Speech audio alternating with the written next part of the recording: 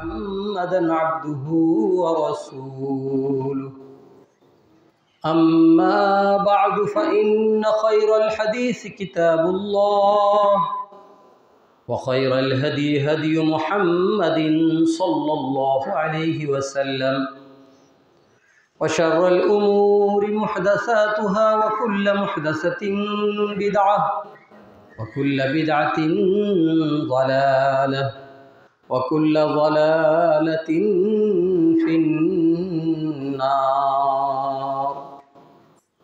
فأعوذ بالله من الشيطان الرجيم بسم الله الرحمن الرحيم قد أفلح المؤمنون الذين هم في صلاتهم خاشعون والذين هم عن اللغو معرضون والذين هم لفروجهم حافظون إلا على أزواجهم أو ما ملكت أيمانهم فإنهم غير ملومين فمن ابتغى وراء ذلك فأولئك هم العادون الحمد لله আল্লাহ পাক রব্বুল আলামিনের যাবতীয় সুজুদ ও শুকর যিনি আমাদেরকে ইয়াউমুল জুমআতে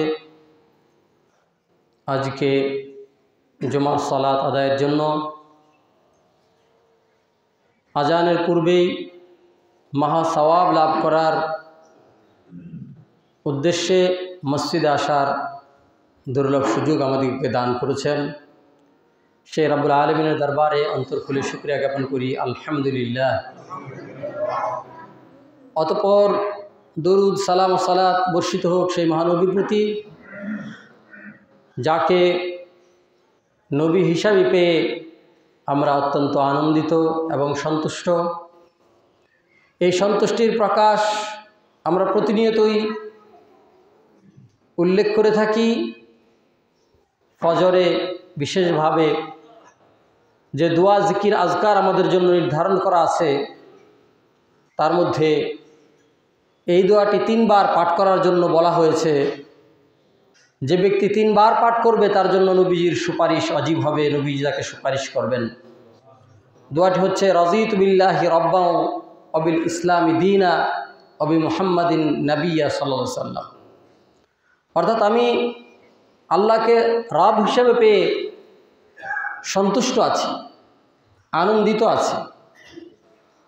ওয়া বিল ইসলামি দীনা, আর ইসলামকে জীবন ব্যবস্থা হিসাবে পেয়ে আমি সন্তুষ্ট আছি। অবি মুহাম্মাদিন নাবিয়্যা সাল্লাল্লাহু আলাইহি ওয়াসাল্লাম, আর মুহাম্মদ সাল্লাল্লাহু আলাইহি ওয়াসাল্লামকে নাবী হিসাবে পেয়ে আমি সন্তুষ্ট আছি। তো যে ব্যক্তির মনোভাব এই যে আমি আল্লাহকে রব পেয়েছি মানে আমার প্রাপ্তি অনেক বড়, আমি এই জন্য খুব আনন্দিত। আমি দিন ইসলামকে জীবন বিধান পেয়েছি এই জন্য আমি আনন্দিত। আর আমার নবী মুহাম্মদ রাসূলুল্লাহ সাল্লাল্লাহু আলাইহি ওয়াসাল্লাম, আমি তার উম্মত হতে পেরে আমি আনন্দিত। তো এই বিষয়গুলো যার অন্তর থেকে প্রকাশ পায়, নবীজি তার জন্য সুপারিশের ওয়াদা দিয়েছেন। সুবহানাল্লাহ বিহামদিহি। সেই নবীজির প্রতি আমরা দরুদ পেশ করি। আল্লাহুম্মা সাল্লি আলা মুহাম্মদ ওয়া আলা আলি মুহাম্মদ কামা সাল্লাইতা আলা ইব্রাহিম ওয়া আলা আলি ইব্রাহিম ইন্নাকা হামিদুম মাজিদ। আল্লাহুম্মা বারিক আলা মুহাম্মদ ওয়া আলা আলি মুহাম্মদ কামা বারাকতা আলা ইব্রাহিম ওয়া আলা আলি ইব্রাহিম ইন্নাকা হামিদুম মাজিদ। মুআজ্জাজ মুহতারাম মুসল্লিয়ানে কেরাম, পর্দার অন্তরালে মা ও ভগ্নীগণ, কালামুল্লাহ কুরআন মাজিদ ফুরকান হামিদ আল্লাহ পাক রব্বুল আলামিন একখানা সূরা নাজিল করেছেন। সূরাটির নাম দিয়েছেন মুমিনগণ, সূরা আল মুমিনুন। মুমিনদের সম্পর্কেই এই সূরা বিশেষভাবে আলোকপাত করা হয়েছে। যেমনভাবে তার সফলতার কথা আলোচনা করা হয়েছে, সফলতা প্রাপ্তির পথ সম্পর্কে আলোচনা করা হয়েছে। ব্যর্থতার দিকগুলোও এ সূরাতে আলোকপাত করা হয়েছে। এই সূরাটির বিধানাবলী জেনে নেওয়া প্রতিটি নর বা পুরুষের জন্য যেমন জরুরি, প্রতিটি নারীর জন্য অত্যন্ত জরুরি। এই সূরাতে আল্লাহ পাক রব্বুল আলামিন নারীদের সম্পর্কে বিস্তর আলোচনা করেছেন, তাদের পর্দার বিধান সম্পর্কে, তাদের জীবন পদ্ধতি চাল চলন সম্পর্কে আল্লাহ পাক রব্বুল আলামিন আলোচনা করেছেন। সেখানে তিনি নির্বাচন করেছেন মুসলিম নারীরা কেমন, নির্ধারণ করেছেন তাদের আচরণ পর্দা পুশিদা কেমন, যা অন্যান্য নারী থেকে তাদেরকে স্বাতন্ত্রতা দান করেছে, বৈশিষ্ট্যমণ্ডিত করেছে, সম্মানিত করেছে। তাদেরকে দাসী থেকে, নিম্ন শ্রেণী থেকে তাদেরকে উচ্চ শ্রেণীতে মর্যাদাশীল মানুষে, স্বাধীন মানুষে রূপায়ণ করার জন্য, মূল্যায়ন করার জন্য আল্লাহ পাক রব্বুল আলামিন এই সূরাতে বিধান দিয়েছেন। সুতরাং যে নারী তার নিজের মূল্য দিতে জানে না, সে নারী মুমিন মুসলিম হিসাবে জীবন ধারণ করতে পারে না। শুধু তাই নয়, নারী হিসাবে, স্বাধীন নারী হিসাবে তার আত্মপ্রকাশ ও বিকাশ সম্পর্কে সে অজ্ঞ, যার ফলে পরাধীন বা গোলাম নারী, যেটাকে আমরা দাসী বলি, এই দাসী নারী হিসাবে তার অবস্থা প্রকাশ পায় এবং বাস্তব জীবনে সে দাসত্বের জীবন যাপন করে, অথচ সে স্বাধীন। আল্লাহ পাক রব্বুল আলামিন এই হীন ও ক্ষীণ অবস্থা থেকে মুক্তি দিয়ে নারীদেরকে উন্নত মর্যাদা দানের জন্য তিনি ব্যবস্থা করেছেন এই সূরার মধ্যে। আমাদের মায়েরা, মেয়েরা, বোনেরা যদি তারা না পড়ে, না জানে, না শুনে, তাহলে তারা একটি সুন্দর জীবন লাভ করতে পারবে না। তাদের কাছে মনে হতে পারে যে তাদের ইচ্ছাধীন চলাফেরার যে সুযোগ তারা ব্যবহার করছে, সেটা তাদের জন্য আসলে সুখকর, আনন্দকর এবং এটা তাদের জন্য সফলতার কারণ। কিন্তু পরিণামে, বাস্তব ফলাফলে লক্ষ্য করা যাবে এগুলো তাদের জন্য দুর্ভোগের কারণ। মানুষ বহুকাল থেকে দুইটি প্রধান শ্রেণীতে ভাগ হয়ে আছে। এক শ্রেণীর মানুষ হলো স্বাধীন, আরেক শ্রেণীর মানুষ হচ্ছে গোলাম। ইসলাম এটা ভাগ করেনি, মানব জাতির মধ্যে এই ভাগ চলে আসতেছে। স্বাধীন যারা, তারা মানুষ হিসাবে মানবীয় মূল্যগুলো, মানবীয় অধিকারগুলো তারা ভোগ করে থাকে। আর যারা স্বাধীন নয়, অর্থাৎ এটা পরাধীন, দেশের পরাধীন তা না, এ হচ্ছে গোলাম, দাস দাসী যেটাকে বলি আমরা, সেই শ্রেণী। কিন্তু আসলে দাস দাসী কাকে বলে এটা আমরা পরিষ্কার জানি না, কারণ এর ব্যবহার আমাদের মধ্যে নাই। এর ব্যবহার না থাকার সাথে সাথে এর যে বিধানাবলী সেগুলো আমাদের জানা নাই, কেননা আমাদের চর্চা নাই। দাস দাসী হচ্ছে এমন এক শ্রেণীর মানুষ যারা গা গতরে মানুষ, কিন্তু তাদের সাথে স্বাধীন মানুষদের আচরণগত দিক থেকে তারা গরু ছাগলের মতো। গরু ছাগলের যেমন নিজস্ব কোনো সম্পত্তি থাকে না, দাস দাসীর কোনো নিজস্ব সম্পত্তি থাকে না। গরু ছাগল যেমন যে কোনো সময় বাজারে ইচ্ছা করলে বিক্রি করা যায়, দাস দাসী মানুষগুলোকে যে কোনো সময় ইচ্ছা করলে বাজারে বিক্রি করা যায়। গরু ছাগলগুলো যেমনভাবে মালিকের ইচ্ছা পূরণ করে তারা গর্ভধারণ করে, যেভাবে তাদের বাচ্চা প্রসব করে, দাস দাসীগুলোকে মালিক ইচ্ছা করলে নিজের স্ত্রীর মতো ব্যবহার করতে পারে। এই জন্য তার বিয়ে করার কোনো প্রয়োজন হয় না। ইচ্ছা করলে সেই দাসীর পেটে বাচ্চা জন্ম দিতে পারে, ইচ্ছা করলে সেই দেশে বা দাসীর পেটে বাচ্চা জন্ম নাও দিতে পারে। তাহলে দাসী হচ্ছে এরকম এক শ্রেণীর মানুষ। মেয়েদেরকে বলি আমরা দাসী, আর পুরুষদেরকে বলি দাস। গরু ছুটে গেলে যেমন আপনি যে ধরে আনতে পারেন, এটা আমার গরু, এই কে ধরেছো তুমি, নিতে পারবে না। দাস ছুটে গেলে যে দেশে যাক আপনি সেই দাস ধরে আনতে পারবেন। এমনকি জাহেলিয়াতের যুগে, ইসলাম পূর্ব যুগে দাসীদের এবং দাসদের গলায় একটা লোহার বেড়ি থাকতো। ওই বেড়িটা আগুন দিয়ে ঝালাই করা থাকতো, ওটা ইচ্ছা করলেই খুলে ফেলা যেত না। পায়ের মধ্যেও ওরকম থাকতো, ইচ্ছা করলেই খুলে ফেলা যেত না। সুতরাং ওরা যখন চলতো মানুষ বুঝতো এটা দাস। অনেক দাসের রেজিস্ট্রেশন ছিল, তারা কোন মালিকের অন্তর্ভুক্ত সেটা রেজিস্ট্রিভুক্ত ছিল। যেরকম গরু কিনলে গরুর যেমন রানা হয়, দাস দাসীর ওরকম রানা হতো। তাহলে এই মানুষগুলো কারা, এই মানুষগুলো কেমন একটু উপলব্ধি করতে পারছেন। তাহলে এই মানুষগুলো যাদের জীবন মান মানব জীবনের মধ্যে, মানব জাতির মধ্যে অত্যন্ত হীন, সেই মানুষগুলোকে ইসলাম উন্নত পর্যায়ে আনার চেষ্টা করেছে। সেই মানুষগুলোর মর্যাদা, স্বাধীনতা দেওয়ার চেষ্টা করেছে। এখন যে অবস্থার মধ্যে তারা ছিল, সে অবস্থা থেকে উত্তরণ করে উঠিয়ে নিয়ে সে ইসলাম উন্নত জীবন দান করতে চেয়েছে।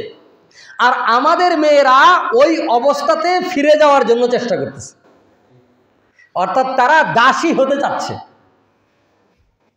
সূরা আল মুমিনুনের মধ্যে বিষয়গুলো আল্লাহ পাক রব্বুল আলামিন আলোকপাত করেছেন।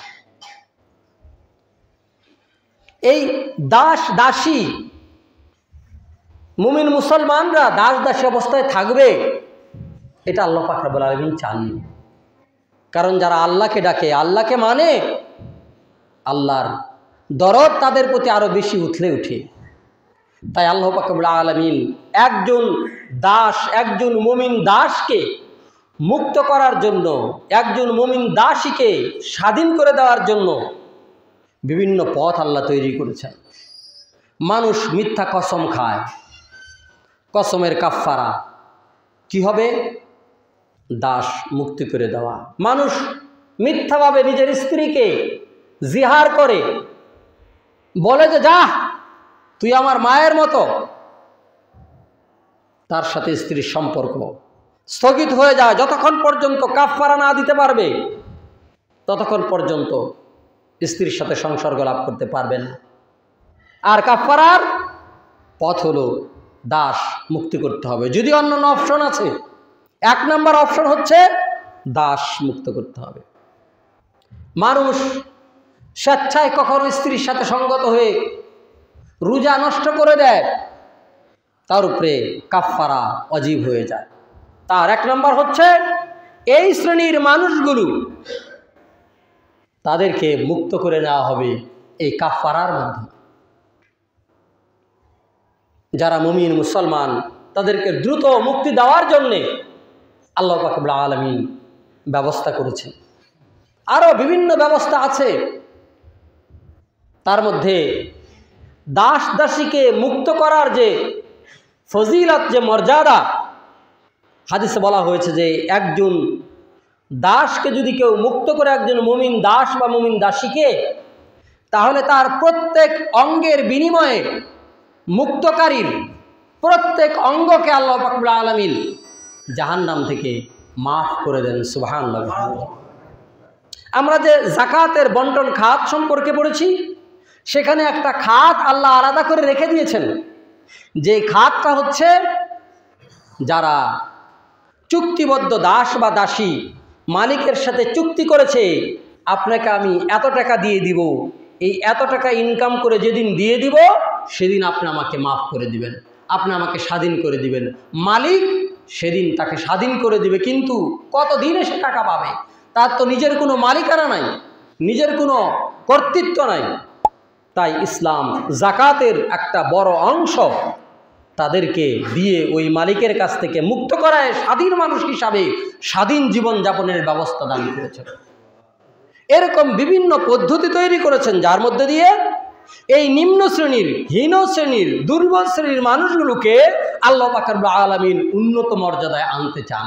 কিন্তু আমরা ঘুরে উল্টা দিকে যাচ্ছি। আমরা কি করে দাস হব, আমরা কি করে দাসী হব তার চিন্তা করছি। কিন্তু আল্লাহ পাক রব্বুল আলামিন কেবলমাত্র আমাদেরকে আল্লাহর দাস, আল্লাহর দাসী হওয়ার জন্য তৈরি করেছেন। যখন আমরা আল্লাহর দাস হব, আল্লাহর দাসী হব, তখন দুনিয়ার কোনো মানুষের কর্তৃত্ব, দুনিয়ার কোনো মানুষের জুলুম আমাদের উপরে চলতে পারবে না। কেবল আল্লাহ পাক রব্বুল আলামিনের কর্তৃত্ব আমাদের উপরে চলবে। আর তিনি হচ্ছেন আর রহমান, তিনি হচ্ছেন রাউফ, তিনি হন আর রহিম, তিনি অতি দয়ালু। আমাদের উপরে তিনি একদম ওয়ালা তুজলামুনা ফাতিলা, আল্লাহ বলে একটা চিকন সুতা ওই পরিমাণে জুলুম আল্লাহ তোমাদের উপরে করেন। দাস দাসের উপরে, মানুষের দাস দাসের উপরে মানুষ অনবরত জুলুম করে, কিন্তু আল্লাহর দাস দাসের উপরে আল্লাহ বিন্দুতম জুলুম তো করেনি না, বরঞ্চ যে কোনো ছুতায় বাহানায় বারবার আল্লাহ পাক মানুষদেরকে ক্ষমা করতে চান, কল্যাণ দান করতে চান, মেহেরবানি করতে চান। তাহলে সেই মাবুদ মাওলার দাস হওয়া এ হলো চরম পরম কৃতজ্ঞতার নিদর্শন এবং চরম প্রাপ্তির মহাসুযোগ। সেই সুযোগকে উল্টিয়ে দিয়ে বিপরীতভাবে মানুষের দাস হওয়ার জন্য, যেখানে আমরা নিবর্তন, নির্যাতন, নিগ্রহের মধ্যে জীবন যাপন করব, সেই দিকেই আমরা যাচ্ছি। আপনারা বলবেন এটা কেমন কথা? আমি কিছু উদাহরণ দিচ্ছি। যারা দাস হবে, দাসী হবে, এই দাস দাসীদের কিছু বাহ্যিক লক্ষণ থাকবে।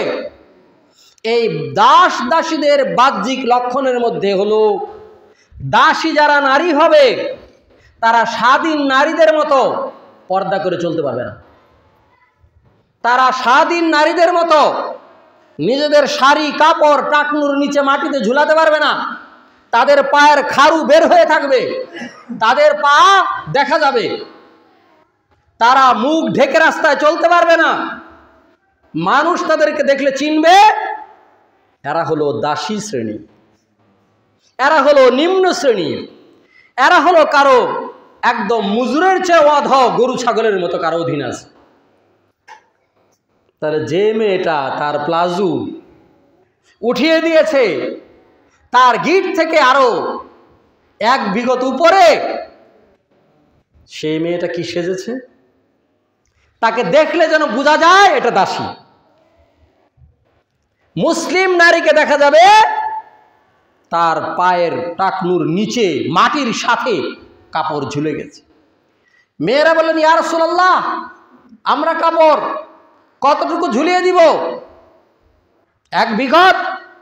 তাই যদি হয় তাহলে আমাদের কাপড় তো মাটির উপর দিয়ে ছেঁচড়ে যাবে, তাহলে আমাদের কাপড় কি অপবিত্র হয়ে যাবে না? আমরা ওই অপবিত্র কাপড় নিয়ে কেমনে নামাজ পড়ব? নবীজি বলেন, তাই যাবে, মাটিতেই ঝুলে যাবে, অপবিত্রই লেগে যাবে। কিন্তু তুমি যখন অপবিত্র ভূমির উপর দিয়ে যাও, তোমার কাপড় যদি নাপাকি হয়, আবার যখন পবিত্র শুকনো ভূমির উপর দিয়ে যাবে, তোমার সেই কাপড় পবিত্র গণ্য হবে।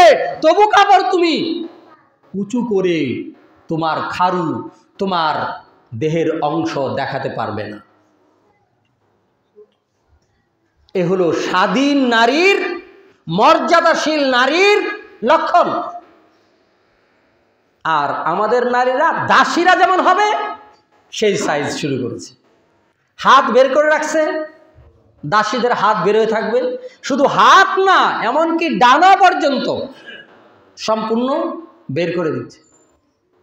আল্লাহ বলেছেন, এই সূরা নূর পড়লে দেখবেন, সূরা মুমিনুন পড়লে দেখবেন, আল্লাহ পাক রব্বুল আলামিন নির্দেশ করেছেন যে তোমাদের সেই মাথার ওড়নিটা আবক্ষ ঝুলিয়ে দিবে। যাতে তোমাদের গোপন সৌন্দর্য বেরিয়ে না পড়ে। আর সেখানে তারা ওড়না পরছে গলার মধ্যে পেঁচিয়ে, যাতে করে তাদের গোপন সৌন্দর্য আরো প্রকাশ পায়। অর্থাৎ বাজারি মহিলা যেরকম আমরা দেখি সেরকম একটা চিত্র আমাদের সামনে নিয়ে আসে। মানুষ যাদেরকে টাকা দিয়ে ব্যবহার করে সেই শ্রেণীর মেয়েরা যেভাবে চলে, আমাদের মেয়েরা সেভাবে চলার চেষ্টা করতেছে। তাহলে এদের রুচিটা, চিন্তাটা কোন দিকে যাচ্ছে? মানে এরা দাসী হতে চায়, গরু ছাগল হতে চায়, বা তার চেয়েও অধ হতে চায়। আল্লাহ পাক রব্বুল আলামিন জানিয়ে দিয়েছেন, দাসীদের লেবাস, পোশাক, চাল চলন স্বাধীনদের থেকে আলাদা হবে। দাসীদেরকে আলাদাভাবে চেনা যাবে, স্বাধীনদেরকে আলাদাভাবে চেনা যাবে। সুতরাং মানুষ স্বাধীনদের সাথে উত্তক্ত করবে না, টিচ করবে না, টিজিং করবে না। আল্লাহ বলছেন এই কথা, যে তারা যখন স্বাধীন মানুষকে বুঝতে পারবে, দেখতে পারবে, তখন সাধারণতই সমীহ করবে। মানুষ চিন্তা করবে, ওরে বাবারে, এটা কোনো একজন মুসলিমের স্ত্রী হতে পারে, হতে পারে তার বোন, হতে পারে অন্য কোনো আত্মীয়। কেউ যদি তার সাথে কোনো দুর্ব্যবহার করে, এর অ্যাকশন হবে। যেমন ভাবে লুলুপ দৃষ্টি তার উপরে পড়বে না, যেহেতু তার আবক্ষ ঢাকা রয়েছে, আবৃত্ত রয়েছে, তার সমস্ত শরীর বুরকায় ঢাকা রয়েছে, সে পর্দাপুশীদের সাথে চলছে, তাকে টিস করে এরকম রুচিও যেমন নাই, তাকে টিস করে এরকম সাহসও নাই। আল্লাহ নিজেই বলে দিচ্ছেন এটা হলো তাদের নিরাপত্তার কারণ। তার উল্টা তারা নিজেদেরকে প্রকাশ করে, বিকাশ করে চলার চেষ্টা করছে।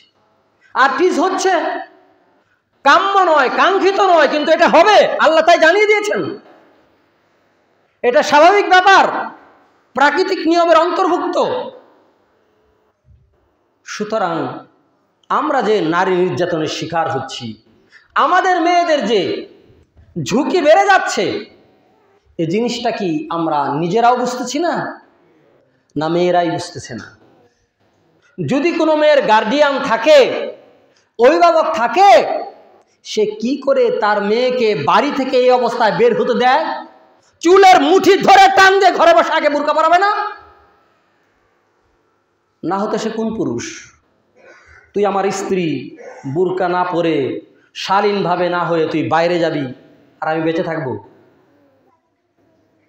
এই যে গায়রাত, এই যে নিজের মধ্যে একটা আত্মিক উন্নয়ন বোধ, এই জিনিসটাই হারিয়ে যাচ্ছে। আর উল্টা মনে করতেছে যে মানুষ 10 জনে দেখবে, বউ বিয়ে করানোর পরে সুন্দর করে সাজায়, ভালো করে সাজিয়ে এ বাড়ি ও বাড়ি, এ ঘাট ও ঘাট নিয়ে যায়, দেখায়, সাথে নিয়ে যাচ্ছে, মানুষ দেখতেছে, আহা কি সুন্দরী বউ, অমুকের বউ। আমাদের রুচি কোথায় চলে গেছে? আবার কোনো কোনো অঞ্চলে বউ ভাত, যেটা আসলে ওয়ালিমা, সেটার নাম দিয়েছে হিন্দু প্রথা থেকে বউ ভাত, মানে বউ পরিবেশিত ভাত, যেখানে বউই খাওয়া দাওয়া করাবে। কেবল বিয়ে করিয়ে আনছে নতুন বউ, এই বউ দ্বারা খানা পরিবেশন করতে হবে। হিন্দুদের প্রথা, সেটা মুসলিমের মধ্যে আসছে, সেই জন্য নাম দিয়েছে বউ ভাত। এখন অনেকেই বউ ভাত মানে বউ দিয়ে খাদ্য পরিবেশন করে না, যেহেতু ক্যাটারাররা আছে, খাদ্য দেয়, কিন্তু একটা টেবিল সেট করে রেখেছে, সেই টেবিলে কিছু পান দিয়ে রেখেছে, লোকজন আসছে, প্রেজেন্টেশন দিচ্ছে, এই প্রেজেন্টেশনের নামে অবৈধভাবে মানুষের কাছ থেকে পয়সা নিচ্ছে, আর বউ পান বানিয়ে দিচ্ছে। নচেত ওখানে বসে আছে, সবাই দেখছে নয় বউকে, আর পান নিয়ে যাচ্ছে আর টাকা দিয়ে যাচ্ছে। আপনাদের এখানে মনে হয় নাই?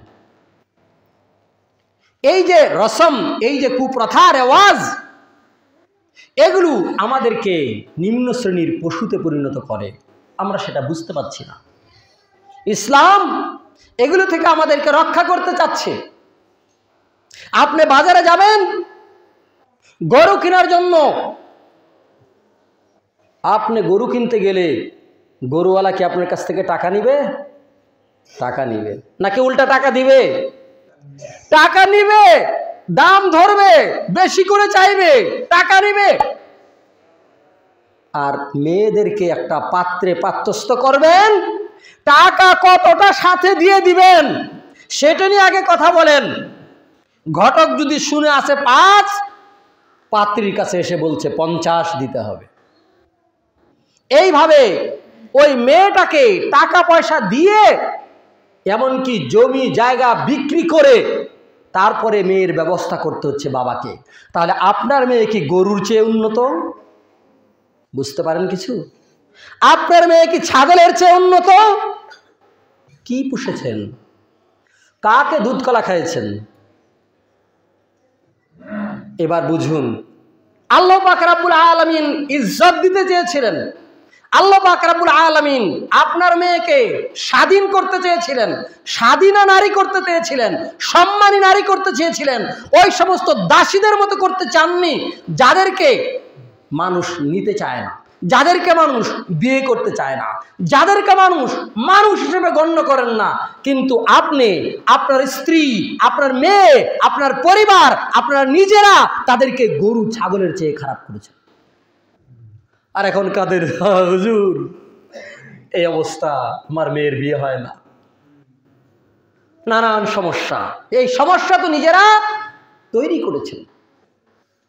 আল্লাহ পাক রব্বুল আলামিন আমাদেরকে সেই ইজ্জত, সেই মর্যাদা দিতে চান, কিন্তু উল্টা আমরা সেই মর্যাদা থেকে দূরে সরে গেছি। আমার প্রবীণ আত্মীয়দের কাছে শুনেছি, তাদের নিজস্ব সময় এবং তাদের পূর্ববর্তী সময় তারা দেখেছেন, শুনেছেন যে অনেক মেয়ে সামর্থ্যবান পরিবারে এমনও বিয়ে হয়েছে যে আমার মেয়ে এক পাল্লায় থাকবে, আরেক পাল্লায় স্বর্ণ তুলে দিতে হবে। স্বর্ণের পাল্লা যখন ডাউন হবে, আমার মেয়ে তখন ঘরে যাবে। এটা গল্প না, এটা সত্যি। ছেলেপেলেদের কাছে এটা কল্পনা, কিন্তু সোনার বাংলা এক সময় শোনা হতো। এক সময় তাল তাল দলা দলা স্বর্ণ পেয়ে যেত এই বাংলাদেশে। এই বাংলাদেশের নারীদেরকে স্বর্ণ দিয়ে ওজন করে নিতে হতো যারা ভদ্র সম্ভ্রান্ত মুসলিম ঘরের পরিবারের সন্তান। তাদের মূল্য ছিল এটা। তাদেরকে পাড়ার লোক কোনোদিন দেখেছে?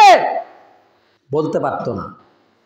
তখন তাদের জন্য পানির ব্যবস্থা ছিল, যদি উন্নত ব্যবস্থা হয় তাহলে হলো যেটাকে আমরা কুয়া বলি, কূপ বলি, ইন্দিরা বলি, ইদারা। আর সাধারণ ব্যবস্থা ছিল তাদের ঘাটলা, বিভিন্ন নদী পুকুরের ঘাট। কিন্তু সেই ঘাটে যে তারা যেত পানি আনতো, দূরে গিয়ে তারা পানি নিয়ে আসতো, এই পানি আনার সময়ও লোক তাদের চেহারাটা দেখতে পারত না। তাদের ঘুমটা এতটাই নেমে থাকতো যে ঘুমটার মধ্যে তারা কি চাঁদ বদন, কি মুখ লুকিয়ে রেখেছে ওটা কেউ দেখতে পেত না। অথচ তারা যেত দূরে, আর ঘর থেকে বের হলেই দাঁত ভেটকে হাসছে, লিপস্টিক মারছে, আশকারা মাস্কারা দিয়ে বেরোচ্ছে, আর লোকজনকে দেখাচ্ছে, দেখো আমি কেমন অপরূপা। কয়দিন পরেই তোমার খবর আছে, দুনিয়াতেই তোমার খবর আছে, পরকাল তো পরে আছে। সম্মানিত উপস্থিতি, সোজা সাপটা কথা আপনাদের সামনে বলার চেষ্টা করেছি, সাধারণভাবে বোঝার চেষ্টা করবেন। কোরআন হাদিসের ব্যাপক গভীর তাত্ত্বিক কথা বলছি না। সুতরাং সাবধান হন, নিজেদের পরিবার পরিজন নষ্ট করেন না, নিজেদের বুকে নিজেরা ছুরি মারেন না, নিজেরা ইহকাল পরকাল ধ্বংস করে দিয়েন না। আল্লাহ পাক রব্বুল আলামিন রাউফুর রাহিম, তিনি দয়া করে মেহেরবানি করে আপনাদেরকে উন্নত করতে চান, মর্যাদাশীল করতে চান, আপনাদের জীবন মানের উন্নয়ন ঘটাতে চান, শান্তি নিরাপত্তা বিধান করতে চান। আল্লাহ বলেন, শোনো, বিসমিল্লাহির রহমানির রহিম, قد أفلح المؤمنون, যারা মুমিন তারা সফল হয়ে গিয়েছে। সুবহানাল্লাহ। যারা মুমিন তারা সফল হয়ে গিয়েছে, অলরেডি তারা সফলতার রেজাল্ট পেয়ে গিয়েছে।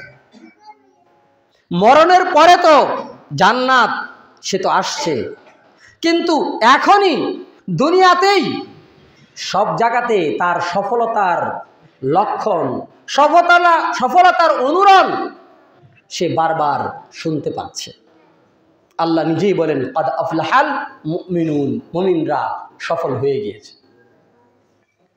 সুতরাং আপনি যদি মুমিন হয়ে থাকেন, নিজেকে ঈমানদার বলে দাবি করে থাকেন, তাহলে আপনি এমন একজন ব্যক্তি পৃথিবীতে সফল মানব।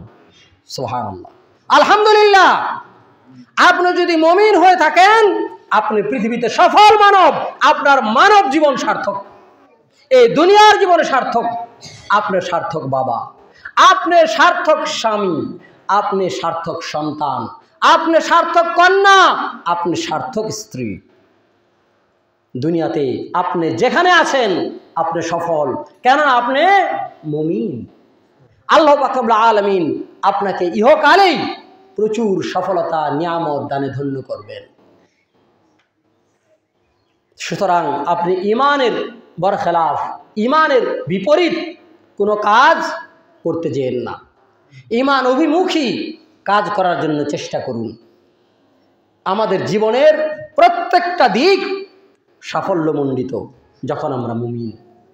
নবীজি বলেন, শোনো, মুমিনের অবস্থাটা এমন বিচিত্র, সে যদি সুখে শান্তিতে আমোদে আহ্লাদে জীবন কাটায়, সেটা তার জন্য সফলতার কারণ হয়, কেননা তখন সে শুকরিয়া আদায় করে। মুমিন খানা খায়, একটা মজা পায় আর বলে আলহামদুলিল্লাহ, আলহামদুলিল্লাহ, স্বাদ তো অনেক, মজা হয়েছে। সে তখন শুকরিয়া আদায় করে। এটা মজা করে খাচ্ছে, তার খাওয়াটা তার জন্য উপকার হচ্ছে, কল্যাণ হচ্ছে।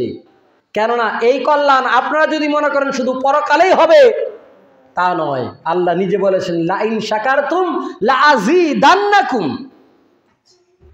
যারা আমার শুকরিয়া আদায় করে আমি তাদেরকে আরো বেশি বেশি করে দান করব। সুবহানাল্লাহ। আমি আপনাদেরকে ইসলামী ইতিহাস থেকে জানাতে চেষ্টা করেছি কয়েকবার বিভিন্ন মাহফিলে, খুতবাতে, যে মুসলমানদের মধ্যে জীবনে যে কষ্ট গিয়েছে, এটা একটা সময় তারা অতিক্রম করেছে, কিন্তু এরপরে আল্লাহ তাদেরকে যে প্রাচুর্যতা দিয়েছেন, যে সম্পদ দিয়েছেন সাহাবীদের যুগে, সেই সম্পদ তারা ভোগ করার মতো সুযোগ বা ভোগ করার মতো সময় তাদের হয়নি। বরঞ্চ তারা ত্যাগের মানসিকতা সারা জীবন দেখিয়ে গিয়েছেন। সম্পদ অন্যের কাজে ব্যয় করেছেন, কল্যাণের কাজে ব্যয় করেছেন, কিন্তু তারা দরিদ্র ছিলেন না। তারা অসহায় অবস্থার মধ্যে জীবনযাপন করেননি। আল্লাহ যে ওয়াদা দিয়েছিলেন তাদেরকে, সেই ওয়াদা সত্যে পরিণত হয়েছিল। আমাদের জন্য আল্লাহর ওয়াদা, আল্লাহ আমাদেরকে ইহকাল পরকাল উভয় কাল দান করবেন। সুতরাং আল্লাহর ওয়াদা সত্যই হবে যদি আমরা ঈমানের দাবিতে সত্যবাদী হই। নবীজি বলেন, যদি মুমিন কষ্ট পায়, সেটাও তার জন্য কল্যাণের কারণে হয়, উপকারী হয় তার জন্য।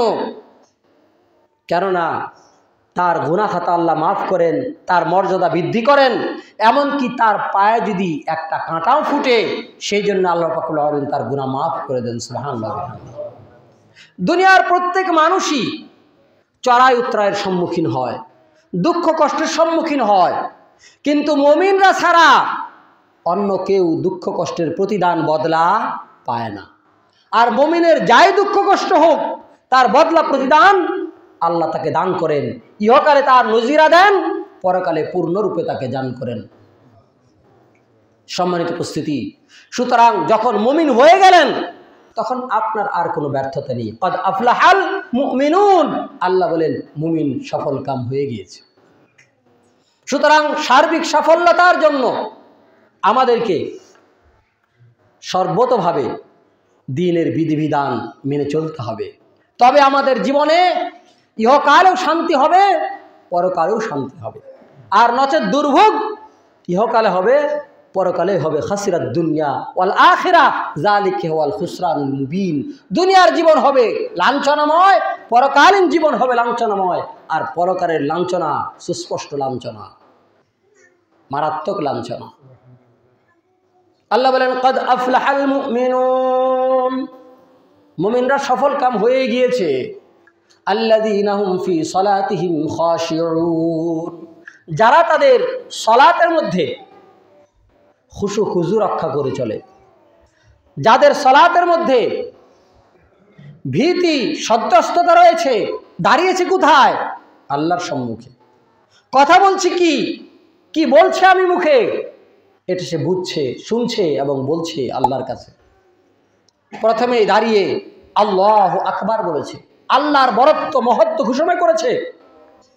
সালাতের মধ্যে যখন চলে এসেছে, সে জানিয়ে দিয়েছে আমার সব কিছু পিছনে, আমার সম্মুখে কেবল আল্লাহ পাক রব্বুল আলামিন, তার হুকুম, তার বিধান, এছাড়া আর কিছু নেই। আমার সংসার, আমার পরিবার পরিজন, আমার ব্যবসা বাণিজ্য, কায় কারবার সব আমি পিছনে ফেলে দিয়েছি, আল্লাহকে সর্বোচ্চ সর্ববড় জেনে নিয়েছি। আর এমনভাবে দাঁড়িয়েছে ইহসানের সাথে। নবীজিকে জিবরাইল আলাইহিস সালাম জিজ্ঞাসা করলেন, ইহসান কাকে বলে?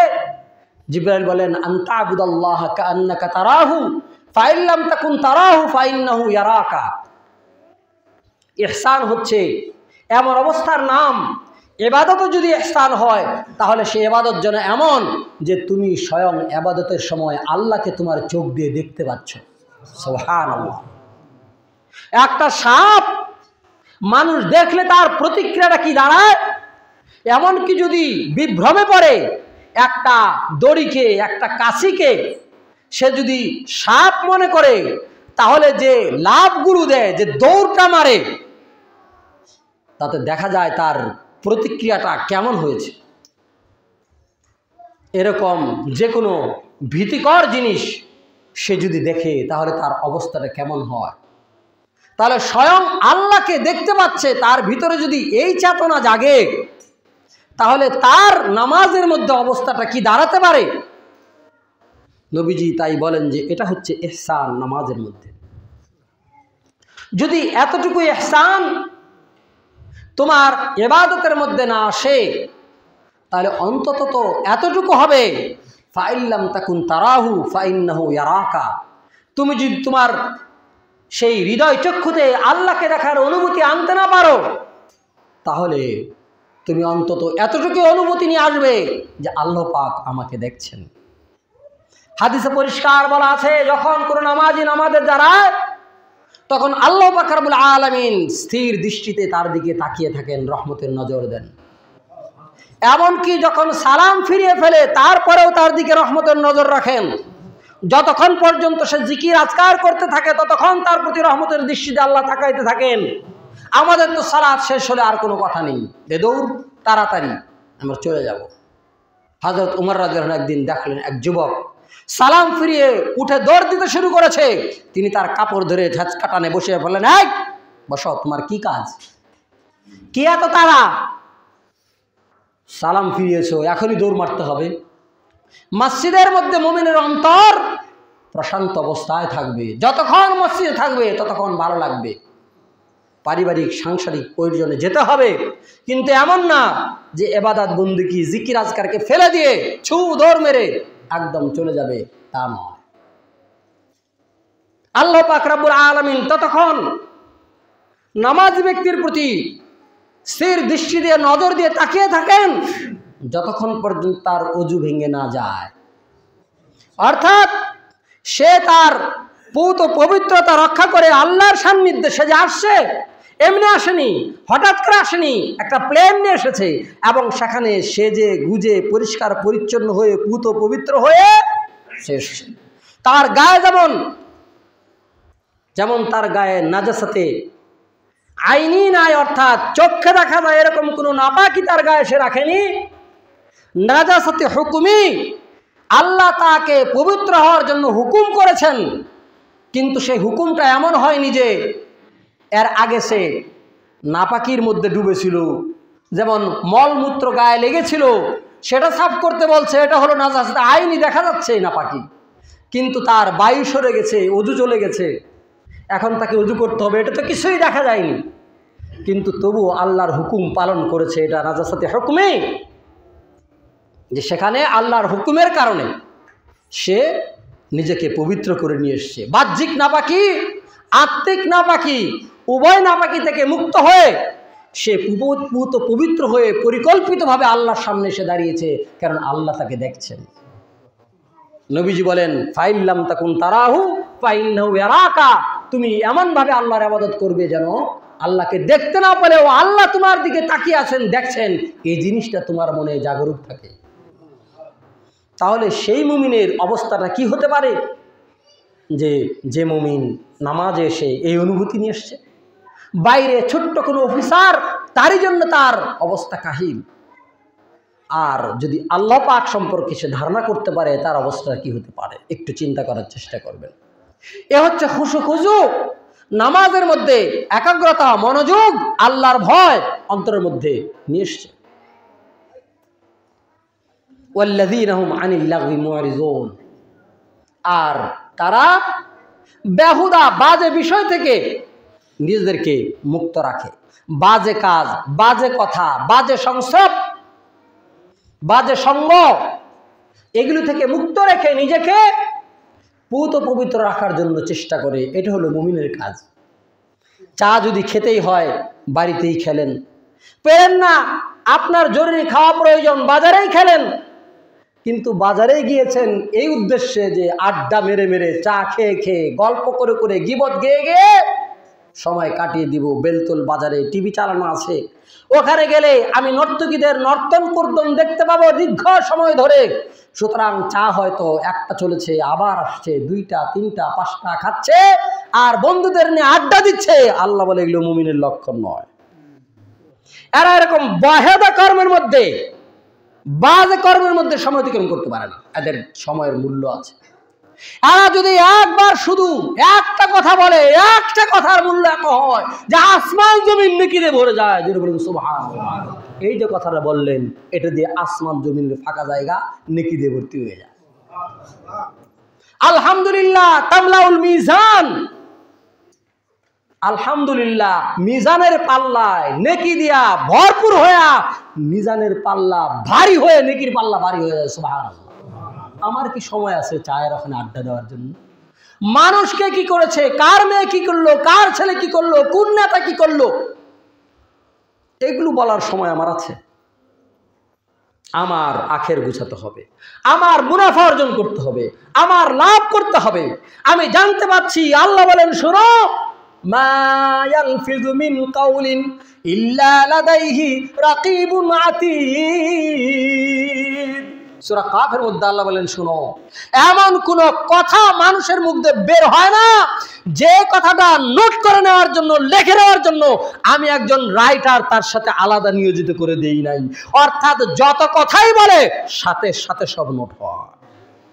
এই জন্য আলাদা ফেরেশতা নিয়োজিত করা আছে। আল্লাহ পাক আলাদা করে ডিউটি করে দিয়েছেন, শুধু লিখবি আমার বান্দা কি বলে, সামাল সামাল সাবধান, কোথায় কি বলেন। ফেরেশতারা নিয়োজিত আছে রেকর্ড করে লিখে নিয়ে আল্লাহর কাছে তা প্লেস করার জন্য। একেবারে ডকুমেন্টারি বাই ডকুমেন্টারি হাজির করা হবে কিয়ামতের ময়দানে। আপনি কখন, কোথায়, কোন মিনিট, কোন সেকেন্ডে কি কথা বলেছিলেন, আপনার নোট, অডিও, ভিডিও, ভিজুয়াল সহকারে আপনার সামনে এনে ধরা হবে। তখন কিছুই বলতে পারবেন না, শুধু বলবেন যে মা লিহাযাল কিতাবি লা ইগাদিরু সগীরাতান ওয়ালা কাবীরাতান ইল্লা আহসাহা।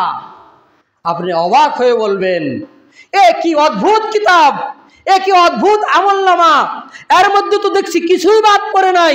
ছোট যা করেছি তাও লেখা আছে, বড় যা করেছি তাও লেখা আছে, কোনো কিছুই বাদ যায় নাই, একদম সামনে হাজির। আল্লাহ বলে খুলে দেওয়া হবে আমলনামা, সামনে পড়তে দেওয়া হবে। ইকরা কিতাবাক কাফা বিনাফসিকাল ইয়াউমা আলাইকা হাসিবা। তোমার এই ভলিউম পড়ে দেখো সারা জীবন কি করেছো। আজকে আমি তোমার কি কি হিসাব করে কোথায় দিব সেটা পরে বুঝো, নিজেই তো তুমি হিসাব করতে পারবে তুমি কি পাওয়ার যোগ্য। তোমার রেকর্ডে তো সব লেখায় আছে তুমি কি পেতে পারো। সুতরাং মুমিন মুসলমান কথা বলে হিসাব করে, চলাফেরা করে হিসাব করে, কাজকর্ম করে হিসাব করে। সে জানে তার উপরে ফেরেশতা নিয়োজিত করা আছে, আলাদা আলাদা ডিউটি দেওয়া আছে। কেউ লিখছে আমার আমল সম্পর্কে, আমার ইবাদত সম্পর্কে, কেউ লিখছে আমার কথা সম্পর্কে, কেউ লিখছে আমার কাজ সম্পর্কে। সুতরাং আমার প্রত্যেক সাইড আলাদা আলাদা করে হিসাব নিকাশ হচ্ছে। একটা মানুষের পিছনে যদি একটা গোয়েন্দা দেওয়া হয় পদে পদে পিছনে শুধু তাকায় ও কোথায় আছে, আমাকে দেখছে কিনা, আমাকে ফলো করছে কিনা, আমি কি একটু সময় তার দৃষ্টির বাইরে যেতে পেরেছি কিনা। আর আল্লাহ পাক রব্বুল আলামিন অগণিত গোয়েন্দা নিয়োজিত করে দিয়েছেন এই বান্দার জন্য। হুশ হয় না, আমার বিষয়ে আল্লাহর দরবারে সব কিছু প্লেস করা হবে, একদম সব নথিপত্র সহকারে হাজির করা হবে। তখন কি আমি আশা করতে পারি, আর কি মুখ দেখাবো আল্লাহর নিকটে, কি মুখ দেখাবো আমাদের নবীজি মুহাম্মদ সাল্লাল্লাহু আলাইহি ওয়াসাল্লামের নিকটে। তাই আল্লাহ বলেন, শোনো, মুমিনরা তো সফল হয়ে গেল, কিন্তু মুমিন ছিল কোন? মুমিন হলো এই লোক যারা সালাতের মধ্যে খুশু খুজু, আল্লাহর ভয়, আল্লাহর দৃষ্টি তাদের উপরে পড়ে আছে, এটা তারা পরিষ্কার উপলব্ধি করতে পারে। এই লোকগুলো মুমিন। মুমিন কিন্তু ওরা যারা আড্ডা মেরে বেড়ায় না, যারা নিজেদের কথাবার্তা চাল চলনে হিসাব নিকাশ করে, তারা বুঝে যে তাদের জন্য ফেরেশতা নিয়োজিত করা হয়েছে। আল্লাহ তাই ডাক দিয়ে বলেন, ওরে মানুষ, কি হলো তো? ইয়া আইয়ুহাল ইনসানু মা গাররাকা বিরাব্বিকাল কারীম। এ মানুষ, কে তোকে তোর সম্মানিত মহিমান্বিত দরদি মাওলা রাব্বুল আলামিন থেকে তোকে পথভ্রষ্ট করলো, বিভ্রান্ত করলো, তোকে দূরে সরিয়ে নিল আল্লাহর কাছ থেকে? কে সে? কে তোর এত বড় প্রেমাস্পদ? কে তোর এত বড় কল্যাণকামী? কে তোর এত বড় উপকারকারী? কে তোর প্রতি এত বড় দরদি যে আল্লাহর পথ পরিত্যাগ করে তুই অন্য পথে গেলি? আছে কি কেউ তোর এমন মাওলা? আল্লাহর মতো দরদি আর কেউ হতে পারে? আল্লাহ বলেন, কে তোকে বিভ্রান্ত করে নিয়ে চলে গেল? আল্লাহ বলেন, আল্লাযী খালাকাকা ফাসাওয়াকা ফাআদালাক ফি আইয়ি সূরাতিন মা শাআ রাক্কাবাক। চিন্তা করিস না, তোকে আমি কত সুন্দর করে তৈরি করেছি, তোকে সুবিন্যস্ত করেছি। তোর চেহারা, নাক, কান, চোখ একটু দেখ না, হিসাব করে দেখেন না পৃথিবীর অন্যান্য প্রাণীদের সাথে মিলিয়ে আল্লাহ পাক রব্বুল আলামিন কত সুন্দর অবয়ব দিয়ে আপনাকে তৈরি করেছেন মানুষ হিসাবে। আল্লাহ বলেন, আমি মানুষের উষ্ঠ তৈরি করেছি, তার চোখ ভিন্ন করেছি, তার চোখ তৈরি করেছি, তার নাসিকা তৈরি করেছি, এত সুন্দর করে তৈরি করেছি, অপরূপ করে তৈরি করেছি। আমি সে আল্লাহ। আর আমাকে ভুলে তোমরা কোথায় যাও? আল্লাহ পাক রব্বুল বলেন, কিরামান কাতিবিন ইয়ালামুনা মা তাফআলুন। শুনে রাখো, সাবধান, সম্মানিত ফেরেশতা আমি তোমাদের উপরে নিয়োজিত করেছি। দুইজন ফেরেশতা, তারা কি করছে? ইয়ালামুনা মা তাফআলুন, তোমরা যা করতেছো সব তারা জানছে, সব রেকর্ড তারা তৈরি করতেছে। শুধু তৈরি করছে না, প্রতিদিন মানুষের রেকর্ড আল্লাহর কাছে পেশ করা হচ্ছে। একদল ফেরেশতা ফজরের সময় এসে নামছে, তারা এসে সারাদিন কে নামাজ পড়ছে, কে পড়ছে না, কে মসজিদে আসছে, কে আসছে না, কি ইবাদত বন্দেগী করলো, সেগুলো নিয়ে আসরের সময় চলে যাচ্ছে আল্লাহর কাছে। আসরের সময় আরেক দল ডিউটিতে চলে আসছে, শিফট পরিবর্তন হচ্ছে, আবার সেই শিফট পরিবর্তন করে সারা রাত কে কি করছে, কে নামাজ পড়ছে, কে তাহাজ্জুদ পড়ছে, এগুলোর রিপোর্ট আল্লাহর কাছে আবার প্রতিদিন পৌঁছে যাচ্ছে। সুবহানাল্লাহ। সপ্তাহে প্রতি বৃহস্পতিবারে সারা সপ্তাহের রিপোর্টটা আল্লাহর কাছে পৌঁছে যাচ্ছে। নবীজি বলেন, আমি চাই আমার রিপোর্টটা যেন এমন অবস্থায় পৌঁছে, আমার রিপোর্টের উপরে সিল লাগানো থাকে আজকে এই লোকটা রোজাদার অবস্থা আছে। সুবহানাল্লাহ। তাই নবীজি প্রতি বৃহস্পতিবারে রোজা রাখতেন। আমরা আমাদের আমলের চেতনাটা কিভাবে তৈরি করছি? আসরের নামাজ চলে যাচ্ছে, খেয়াল নেই, সেদিকে হিসাব নেই, নামাজ ফৌত করে দিচ্ছে, ছেড়ে দিচ্ছে। অথচ নবীজি বলেন, যে ব্যক্তি আসরের নামাজ ফৌত করে দিল, সে এমন করলো, এমন হলো যে তার জন্য সহায় সম্বল, সন্তান সন্ততি, বাড়ি গাড়ি, জমি জায়গা সব নিয়ে ধ্বংস হয়ে গেল। নাউযুবিল্লাহ। চিন্তা করেন, আপনি যে জমি জায়গা সম্পত্তির জন্য আসর ত্যাগ করেন, আসর ত্যাগ করাটা আপনার সম্পদ ধ্বংস হওয়ার কারণ হয়, লানাতের কারণ হয়ে যেতে পারে। সুতরাং সতর্ক হন, সালাতে পাবন্দি হন, পর্দা পুশিদা, হালাল হারাম বেশি চলেন, এগুলো হিসাব করে চলেন। মুমিন হয়ে জীবনযাপন করেন, ইহকালে শান্তি পাবেন, পরকালে মুক্তি পাবেন। আপনার ঘরে সুখ আসবে, সমৃদ্ধি আসবে, উন্নয়ন আসবে। এটা আল্লাহ পাক দান করবেন, এটা আল্লাহর প্রতিশ্রুতি। নিশ্চিন্তে আমরা সে রহমান রহিম আল্লাহর প্রতি অনুগত হয়ে তার বিধান মেনে নিয়ে জীবনে, পরিবারে, সমাজে, রাষ্ট্রে, ব্যক্তি, ব্যষ্টি, গোষ্ঠীতে, সমষ্টিতে আমরা আল্লাহর বিধান কায়েম করি, পালন করি। আল্লাহ পাক আমাদেরকে তাওফিক দান করুন। সকলকে আল্লাহুম্মা আমিন। আকুলি কাউলি হাযা ওয়া আস্তাগফিরুল্লাহ লি ওয়া লাকুম ওয়া লিসাইরিল মুসলিমিন। বারাকাল্লাহু লাকুম ফিল কুরআনিল আযীম।